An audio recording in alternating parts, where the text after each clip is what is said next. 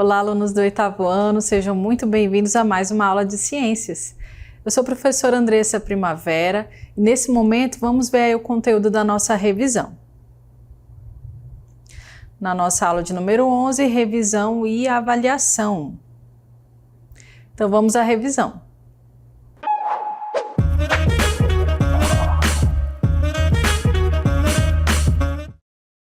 Muito bem, então para a gente iniciar a nossa revisão, vamos relembrar aí alguns assuntos que nós estudamos ao longo dessa unidade. E para começar, a gente vai falar um pouquinho sobre os movimentos da Terra. Então observe aí que nós falamos um pouco sobre o sistema solar, né? Que a Terra ela é um dos 8 planetas do sistema solar que se movem ao redor do Sol, em um movimento chamado translação. Então o nosso planeta ele não está parado, ele não está estático, tá? Ele faz aí um movimento ao redor do Sol, né, durante ali um período, e esse movimento é chamado então de translação. Ele não está sozinho, né? A gente tem os outros planetas aí que também fazem esse movimento, mas a gente vai falar um pouco mais apenas do planeta Terra, tá? Então, movimento aí ao redor do Sol é chamado de translação.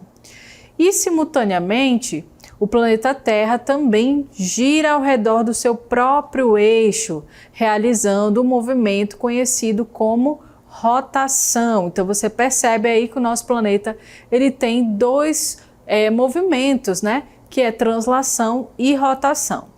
E por que é importante a gente falar desses movimentos, pessoal? Porque são eles que vão resultar aí em alguns fenômenos que nós observamos no nosso planeta, observamos aí no nosso dia a dia. Então você percebe aí, né, o movimento da Terra, ela se movimenta bem mais rápido que isso, né? Só que nós não conseguimos perceber, tá? Porque já estamos, né, nosso organismo já está acostumado, adaptado a esse movimento. Então o primeiro movimento que ela realiza é o de translação, que é ao redor do Sol, que nós já falamos, né? Vai levar aí, em média 365 dias, mas também ela faz um movimento aí, né, de rotação, que é ao redor do seu próprio eixo, tá? Então, esse movimento aí de rotação leva em média 24 horas, né? Então, dois movimentos aí bem importantes que a gente precisa relembrar. E para a gente continuar, a gente está falando aí que esse movimento ele é realizado e ele também existe aí uma inclinação do eixo de rotação da Terra. Então o nosso planeta ele não está exatamente reto, como a gente observa nos mapas, né? Observa nos livros aquelas ilustrações, mas ele está ligeiramente inclinado. E essa inclinação a gente chama de eixo de rotação e faz a orientação da Terra em relação ao Sol mudar continuamente durante o movimento de translação, que dura aí aproximadamente 365 dias, tá? Essa movimentação faz com que os hemisférios recebam diferentes intensidades de luz solar ao longo do ano. E essa variação na incidência de luz solar é responsável pela ocorrência das estações do ano. Então o que a gente acabou de ler aí, pessoal, é que por conta dessa inclinação, desse eixo de rotação da Terra, muitas vezes uma área da Terra que vai estar recebendo a luz solar, né, vai estar recebendo mais intensamente essa luz, enquanto o outro lado ou outro hemisfério vai estar recebendo aí menos luz. Isso vai ocasionar que também a temperatura vai ser diferente, né? E aí a gente vai ter o fenômeno aí das estações do ano, tá certo? Então a gente observa aí, olha só, observamos aí que nós temos as 4 estações: verão, inverno, primavera e outono, tá bom? Então essas estações, né, elas vão acontecer por quê? Devido a essa inclinação da Terra e vai receber ali mais ou menos luz. Então em um hemisfério, por exemplo, no hemisfério norte, em algum momento pode ser que esteja no verão. Mas aqui no hemisfério sul, onde se localiza, por exemplo, o nosso país, vai estar em outra estação, no inverno, por exemplo, né? Então a gente precisa saber, né, dessa diferença. E aí, dependendo da região do planeta, ao longo do ano, nós podemos verificar as variações de temperatura.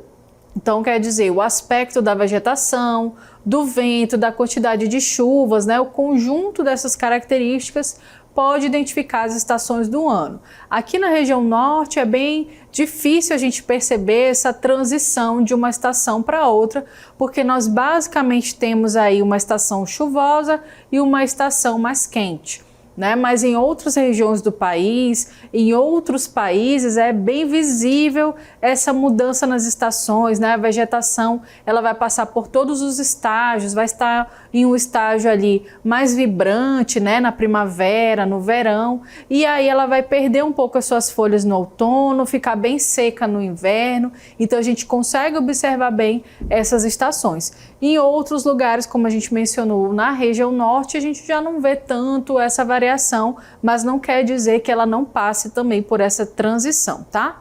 E para a gente falar melhor sobre essas estações, o clima, né, que está envolvido também nisso, a gente vai observar e relembrar um pouco sobre os climas do nosso país, tá? Então, os climas do Brasil. E aí o Brasil, a gente observa que existem 6 tipos de clima. Então a gente não pode dizer que é um único clima no país inteiro, né? Existe um clima aí que é predominante, que é o clima tropical, mas no total nós temos 6 tipos de clima. Então quais são eles? O clima equatorial, o clima tropical, o clima semiárido, tropical atlântico, tropical de altitude e subtropical. Então, só para a gente relembrar aí onde fica cada um desses climas, olha, clima equatorial é aquele que passa bem próximo à linha do Equador, tá? Então, a gente tem aqui basicamente na região norte. O clima semiárido é aquele que é um pouquinho mais aqui localizado para o interior da região nordeste. O clima tropical, que vai abranger boa parte aqui do Nordeste, Centro-Oeste, né? Também o tropical de altitude, que a gente percebe aqui pegando uma parte do Centro-Oeste e região Sudeste. Tropical Atlântico, que vai toda a faixa litorânea do nosso país. E o clima subtropical, ou seja, sub de abaixo, né? Do Trópico de Capricórnio. Então essa área aqui da região sul do país que vai apresentar o clima subtropical. E a gente vai relembrar as características de cada um desses tipos de clima, começando aí pelo clima equatorial. Então o clima equatorial, ele caracteriza-se por temperaturas elevadas praticamente o ano todo, com médias entre 27 graus Celsius e 28 graus Celsius. Então é um clima aí que vai ter bastante calor, né, geralmente ao longo do ano, tá? Então a gente percebe aí que o clima equatorial ele é bem comum na região amazônica, na região norte, a gente percebe todo esse calor aqui nessa área. Isso ocorre em razão da localização na região equatorial, na qual há intensa incidência de raios solares e influência das massas de ar equatoriais. Quer dizer, nós estamos localizados bem próximo à linha do Equador, que é a área que recebe mais luz, né, que vai receber maior intensidade de luz, consequentemente maior intensidade de calor. E o clima equatorial ele é predominante em grande parte da região norte do país, principalmente na região da floresta amazônica, compreendendo aí os estados do Amazonas, Pará, Roraima, Acre, Amapá e parte do Mato Grosso, de Rondônia, do Maranhão e do Tocantins. Então todos esses estados também têm um clima equatorial. Então, vimos aí, né, quais são as características do clima equatorial. Vimos que ele tem ali características bem distintas. A gente vai avançar aí para falar um pouco sobre o clima tropical. O clima tropical é encontrado na região central do Brasil, com maior predominância na região centro-oeste. Esse clima apresenta 2 estações bem definidas, inverno com temperaturas amenas e seco e verão quente e chuvoso. Então, observe aí na imagem, né, essa característica do clima tropical. A gente tem uma estação mais seca, que é o verão, né?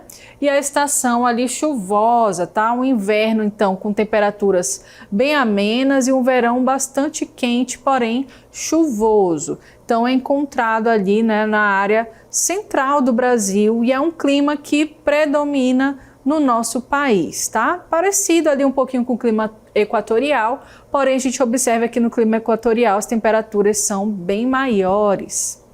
E a gente fala aí do clima semiárido. O clima semiárido ele é predominante no interior do nordeste do país e caracteriza-se por apresentar temperaturas elevadas, com média de 26 graus durante o ano todo. Então, o semiárido é aquele que não chega a ser completamente seco, tá? Mas em boa parte do tempo ele se caracteriza sim por ser uma região mais seca, né? A gente tem temperaturas ali muito elevadas, o índice de chuva também não é elevado, né? E a gente consegue observar isso até mesmo na vegetação. Nós temos aí 2 biomas que a gente consegue observar no clima semiárido. Um deles é a caatinga, dessa primeira imagem, né? Você vê aí plantas, a vegetação bem seca, não que ela esteja morta, mas que ela está ali, né, sendo adaptada, ela está adaptada a essa área, a essa região. Os cactos são outra característica da vegetação, né, porque eles conseguem armazenar água. E a gente tem ali a mata dos cocais, que são uma transição entre a Amazônia, o bioma amazônico, e a caatinga, tá? Então a gente percebe ali a presença de coqueiros, por exemplo. E além disso, observa-se também a ocorrência de estiagem, ou seja, períodos prolongados com baixa ocorrência de chuvas ou sem pluviosidade. Então não é que não chova lá, tá, gente? É que essa chuva ela é muito espaçada, né? Ela acontece de maneira um pouco mais rara e aí essa pluviosidade, né, é baixa, ou seja, esse índice de chuvas é de baixa ocorrência. E a gente vê ainda o clima tropical atlântico, também pegando ali um pouquinho da região nordeste, né? Aliás, toda a região litorânea do nosso país. O clima tropical atlântico, também chamado de tropical litorâneo, predomina em grande parte do litoral do país, se estendendo desde o Rio Grande do Norte até o estado do Rio de Janeiro. Então, toda essa área e a faixa litoral do nosso país apresenta o clima tropical atlântico, onde a gente vai observar ali a presença, né, de praias. Você vê aí essa paisagem bem bonita, né, geralmente nessas áreas do Brasil. Influenciado pela atuação da massa de ar do tropical atlântica, o clima nessa região é quente e chuvoso, ou seja, a atuação da massa de ar tropical atlântica, tá? Por conta aí de receber, né, nessa área o Oceano Atlântico. E aí o clima ele vai ser quente e chuvoso, tá? Então é um clima ali desse tipo, né, de região, tá certo? E a gente vai ver aí, por fim, o clima subtropical. O clima subtropical ele é predominante na maioria dos estados da região sul do país e ele caracteriza-se por verões quentes e chuvas bem distribuídas durante o ano. Então a gente observa que na região sul do país é que a gente vai encontrar o clima subtropical, tá? Então o verão ali vai ser bem quente, a chuva vai ser distribuída ao longo do ano, a gente vai conseguir observar ali as 4 estações, né, de uma maneira bem visível. Durante o inverno, as temperaturas registradas nas regiões de clima subtropical, elas são amenas, né, são mais amenas, com média de 18 graus Celsius. Então a gente consegue perceber aí que nessa região o tipo de clima, né, o subtropical, ele tem essas características e que a gente consegue perceber essa transição de uma estação do ano para outra. Bom, a gente vai avançar um pouquinho agora para relembrar alguns conceitos a respeito, né, dos impactos das ações humanas sobre o meio ambiente. A gente viu aí, né, que os biomas eles têm sido afetados pela falta, né, de cuidado com a natureza e também pelas ações que nós, enquanto seres humanos, praticamos. A gente viu aí ao longo dessa unidade, né, que áreas onde antes chovia bastante não chove mais, a gente tem aí uma presença da seca, né, da estiagem bastante prolongada, fora do período que deveria acontecer, e em outras regiões a gente já tem ali a presença de cheias, né, de bastante chuva, além do que é o normal, causando ali alguns desastres naturais, causando catástrofes, né? Então tudo isso, gente, é em decorrência da falta de responsabilidade humana com a natureza, né? Muitas vezes a gente tem aí a falta dessa consciência. E a gente tem um termo que foi difundido aí nos últimos anos, né? Por conta disso, nós falamos muito de aquecimento global, já é um termo bastante utilizado, mas nós passamos desse ponto de aquecimento global para um ponto chamado de ebulição global, tá? Então, esse termo aí, ele é um termo utilizado para descrever o atual estágio de mudanças climáticas pelo qual o planeta Terra tem passado, marcado pela aceleração do aquecimento global. Então, se antes a gente tinha apenas o aquecimento, como se já não fosse o bastante, né? Agora a gente está bem avançado nisso, nós estamos entrando aí no estágio de ebulição global e que a gente precisa retomar o quanto antes o controle, né? Porque senão isso pode ocasionar em mudanças piores do que as que a gente já presencia. E a gente viu aí, né, que existem reuniões que se preocupam com isso, né, conferências do clima, tá? A gente aprendeu aí que algumas dessas conferências elas acontecem, né, todos os anos, e nessas conferências é que foi aí colocado esse termo, a expressão ebulição global, né? Ela foi utilizada pelo secretário-geral da Organização das Nações Unidas, o Antônio Guterres, que ao comentar a respeito do mês de julho mais quente já registrado na história, né, aconteceu no ano de 2023. Então, no ano de 2023, a gente teve ali em julho um pico muito alto de temperatura, né? Foi o mais quente de toda a história. Então, dali surgiu esse termo utilizado, né, por esse homem, por esse pesquisador, né, por esse diretor ali da ONU, certo? Mas a gente vê que isso, né, gente, é resultado das nossas ações, que a gente precisa ter esse controle, essa consciência para tentar reverter tudo isso que já aconteceu. A gente não pode mudar o passado, né, tudo que já foi feito, mas a gente pode retomar daqui iniciativas que vão contribuir para que o planeta ele possa se recuperar. A gente, né, sabe que a natureza ela tem essa capacidade de se recuperar, mas a nossa espécie, gente, uma vez que ela desaparecer, é muito difícil, né, recuperar uma espécie que entra em extinção. Então não é isso que a gente quer, entrar em extinção, né? Então por isso que a gente precisa tomar algumas medidas, porque nós é que dependemos da natureza e não o contrário. Então, quais seriam essas medidas que poderiam ajudar a reverter nessa situação? São ações que a gente pode tomar para reverter esses impactos ambientais. E o primeiro deles, olha, é reduzir a emissão de gases poluentes na atmosfera. Então, como você observa, muitas indústrias, carros, veículos, eles lançam para a atmosfera toda essa poluição que vai contribuir para esse aquecimento global, tá? Bom, a gente também pode repensar no consumo de água. Nós que vivemos numa região que tem abundância de rios, de igarapés, né? Talvez a gente não imagina o quanto essa água é preciosa e acabamos desperdiçando. Então, sempre pensar que o consumo de água ele é muito importante. Sempre que possível a gente precisa economizar, porque futuramente, né, esse recurso pode vir a faltar. Não é que a água vai acabar do planeta, mas aquela água que é saudável, potável, que a gente pode consumir, ela sim pode, né, se esgotar. A gente precisa ainda pensar em evitar o desperdício de energia. A energia, gente, ela está diretamente relacionada, né, com o aquecimento global se as fontes dela não forem fontes renováveis. Então, existem muitas formas de produzir energia que a gente diz que não são fontes boas para o planeta, né, para o meio ambiente. Então, quando a gente desperdiça energia elétrica na nossa casa, a gente de alguma forma também está contribuindo para que esse aquecimento global, essa ebulição global, ela se perdure. Então, economizando energia na nossa casa, a gente ajuda o planeta também. Bom, a gente precisa pensar também em priorizar o uso de fontes de energia renováveis. Quais seriam essas fontes de energia renováveis, né?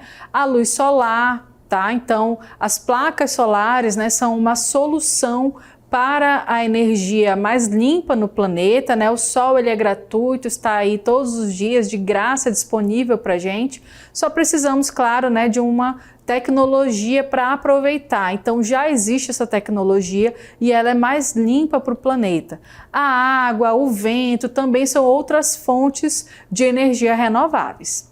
A gente vê ainda outras ideias, né, como combater o desmatamento e as queimadas. Quando você previne que uma área seja derrubada, né, árvores, florestas inteiras sejam derrubadas, né, com o desmatamento, a gente está ajudando o planeta a se recuperar, porque a partir dessa floresta em pé que todo o resto funciona. As queimadas também têm sido um problema, né? Muitas vezes a pessoa ela tem a prática de queimar ali o lixo, de queimar alguns materiais e ela acha que isso é inocente, só ela, né, não vai fazer diferença. Quando na verdade, se todo mundo pensar assim, a gente vai ter vários focos de queimadas dentro de uma mata, dentro de uma área, né, que poderia ser preservada. Então evitar as queimadas também é uma das formas de evitar esses impactos. Bom, a gente tem ainda frear o consumo excessivo e desnecessário de produtos industrializados. Quanto mais você compra, mais você consome, mais você está contribuindo para que esse aquecimento ele também continue. O que mais? A gente pode pensar aí também em praticar o manejo correto dos resíduos sólidos. A gente não consegue evitar, né, comprar muitas coisas, adquirir bens materiais, né, mas a gente pode evitar ali, por exemplo, trazer aquela sacolinha plástica de casa para casa, né? Utilizar outras embalagens. Tem muitos produtos que a gente consome que eles já vêm embalados, né, em recipientes que a gente vai descartar inevitavelmente. Então é preciso pensar em adquirir produtos que não precisem ser embalados, né, embalagens descartáveis, ou que essas embalagens possam ser recicláveis. E aí quando você traz para casa um produto desse, pensar em separar direitinho aquilo que vai, né, ser reaproveitado. Nem tudo que você consome vai virar lixo exatamente, né? Lixo é aquilo que a gente não consegue mais reutilizar, mas muitos materiais a gente consegue reaproveitar de uma outra forma através da reciclagem, através da coleta seletiva. Então toda vez que você separa o seu resíduo em casa, né, separa ali o papel, o plástico, o metal, os resíduos orgânicos, tudo isso ajuda o planeta a se recuperar melhor, porque você envia esse material para as cooperativas, elas irão fazer o trabalho delas de reaproveitar esses materiais e isso vai ajudar até mesmo que a gente não precise retirar matéria-prima novamente da natureza para fabricar esses produtos, eles podem ser reutilizados, certo? Então a gente observa aí que existem muitas ações que dependem somente da nossa iniciativa, dependem apenas da gente pensar um pouquinho, né? A gente acha que fazer uma pequena coisa que não vai fazer muita diferença, mas faz, gente, porque quando a gente pensa globalmente como está a situação, né, a gente às vezes se desmotiva. Mas quando você age localmente, ou seja, você faz um pequeno passo, uma pequena atitude na sua casa, na sua comunidade, na sua escola, você já está garantindo, né, que ações possam contribuir aí para reverter esses impactos ambientais, certo? Bom, espero que você tenha aí compreendido, relembrado esses conceitos que nós aprendemos ao longo das nossas aulas e a gente finaliza aqui a nossa revisão.